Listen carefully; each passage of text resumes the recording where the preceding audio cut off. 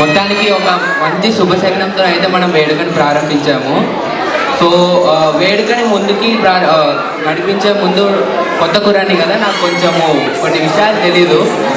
ఈ జేటీఎస్ గురించి తెలుసుకోవాలన్న కుతూహలం నాకు ఉంది.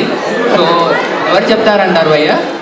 సో ఇక్కడ చాలా ఏళ్ళుగా నివసిస్తున్న వారికి జేటీఎస్ గురించి అందరికీ తెలిసినా కూడా కొత్తగా వచ్చిన వాళ్ళకి జేటీఎస్ ఏంటి, దాని కథ ఏమిటి, దాని కష్టం ఏమిటి, ఆ కుటుంబం ఏంటి, దీన్ని వివరించడానికి హరి గారిని స్టేజ్ మీదకి రమ్మని కోరుకుంటున్నాను.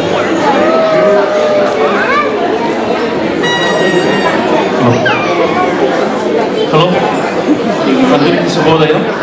అందరికీ క్రోలీ నామ సంవత్సర ఉగాది శుభాకాంక్షలు.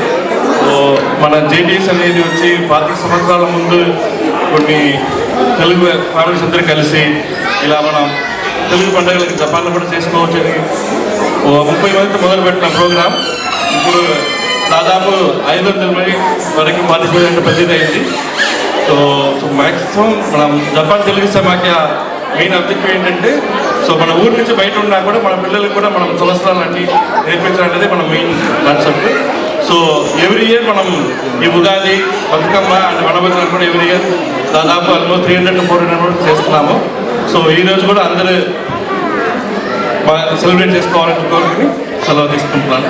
Thank you all.